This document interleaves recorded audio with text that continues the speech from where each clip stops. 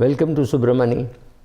This is a very funny reaction to a pandemic. So, how do people react to a pandemic in their personal lives?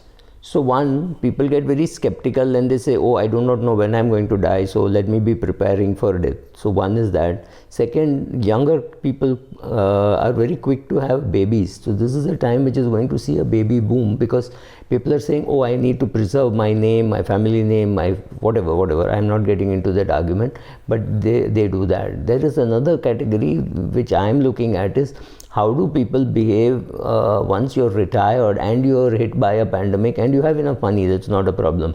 So two ways. One is to say, therefore let me leave more money for my children because with so much of uncertainty they may lose their jobs, etc. So let me make it better for them.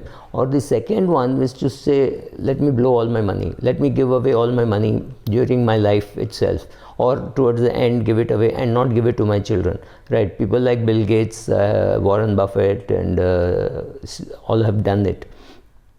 So they believe that they will give some money to their children, but most of it will go into charity. Same thing for Steve Jobs' wife or Steve Jobs' widow. She's also decided that she'll give away everything. I mean, it's not a small fortune, right? $20-30 billion.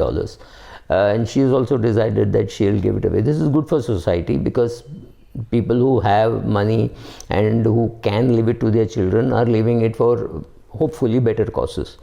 But it is not always that they are doing good, right? What you're, I'm not getting into whether giving away money is good or bad, but giving away is not very easy. Trying to give away money without influencing how it should be used. For example, you're standing on the road, you give a 5 rupee or a 10 rupee to a urchin boy, young boy, maybe 12, 13, 14, and he straight away goes to the shop and buys some tobacco item.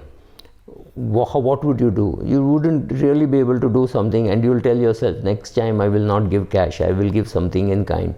He could take something in kind, go and sell it, and still go and buy tobacco. So don't try to influence people too much with what you're doing. Yes, you have to do charity, I agree, but trying to influence how that money should be used after you have given it away seems to be a little more difficult.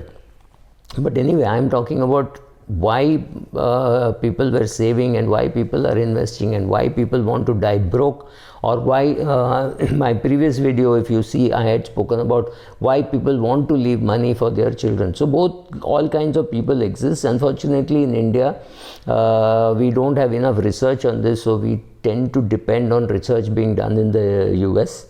And so let us see what is going to really happen. There is this new book, I don't know whether you have read it. It says Die with Zero, Getting All You Can from Money and Your Life. Please understand, as our age increases, our ability to convert that money into pleasure for ourselves keeps decreasing. So at the age of 88 or 87, if you decide that I want to use some of my money, the options may not be available. You may only be able to give for charity. Nobody is going to allow you, nor will your body allow you to go mountain climbing or running a half marathon at the age of 90. I'm sure some of us will be doing it, but I'm also sure that many of us will not be doing it. So I'm covering both those things. So each year, your ability to convert your money into pleasure for yourself becomes very difficult. So we will obviously have to do something else.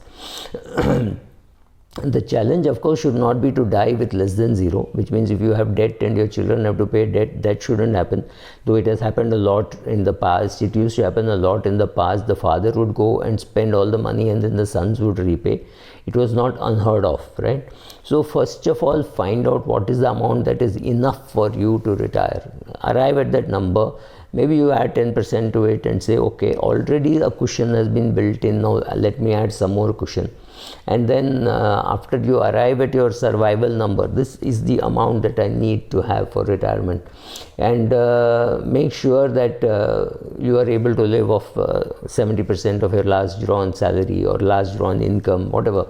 Try doing all that, and also understand that you can now afford to, if you're older and you have money, you can now afford to make mistakes in real estate or wherever. It doesn't really matter because you're going to leave your kids less money. That's about all. So go and indulge yourself, buy a place, really live it up, do it up very well. do all that, knowing fully well that you may not live in this house for more than say 8 years or 7 years or 6 years, whatever. Don't get into the should I rent or should I buy.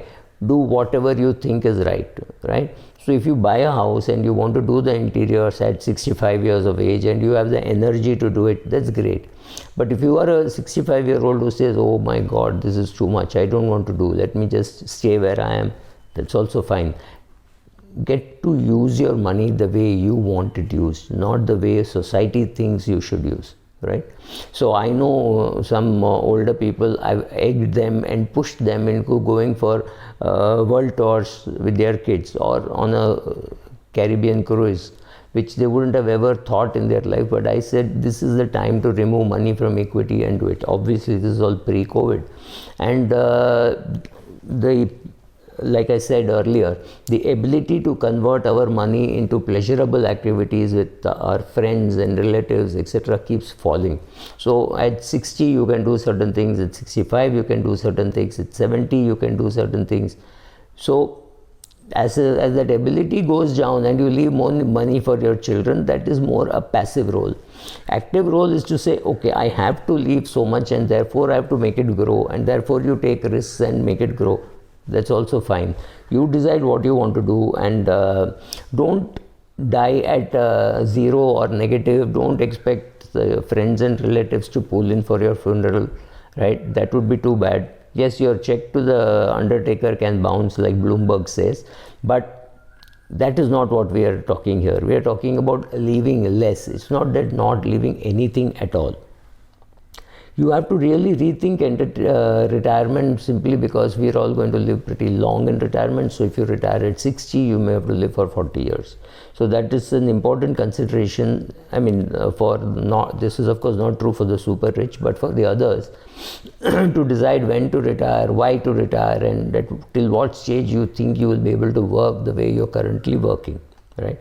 You should have some kind of a plan for the kids as to what you're going to do with them. What are you going to pay tuition for their graduation, for beyond their graduation? You should have a plan. You should make it as tax efficient as possible. But that's about it. You don't have to give the children beyond that. Give them very good quality education, luxury education, good quality stay, all that's fine. But beyond that, what? Don't get into the worry of are you spoiling them. Don't worry about all those things. Some of them know when to get spoiled and when to work, right? So I really don't know what life has in store for us, or what life has in store for me. But I am going to be willing to look at some long-term care insurance and index annuity bought every 7 years or something like this to take care of the old age and not be dependent on somebody else. That's the best you can hope for. Thank you.